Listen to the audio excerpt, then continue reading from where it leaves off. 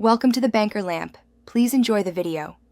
You begin by securing prerequisites: algebra fluency, trig identities, and derivative basics. Do this now so complex problems don't stall you later. Once done, map the Mht Cet physics syllabus and mark high-weight topics like mechanics and electricity. Make a 12-week calendar and block 2-3 hours daily for focused study. Consistency beats cramming.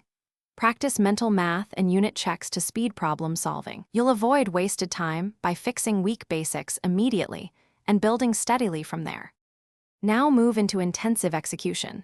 Cycle each topic with a quick concept review, then solve 15-20 varied problems and finish with a timed minute test. You do this because repetition with time pressure converts knowledge to exam speed. Make an error log and categorize mistakes by concept. Review that log every third session to stop repeating errors. Once comfortable, integrate past Mht Cet papers and take one full mock per week. Analyze answer patterns and adjust your plan accordingly. In the final phase, you consolidate and troubleshoot.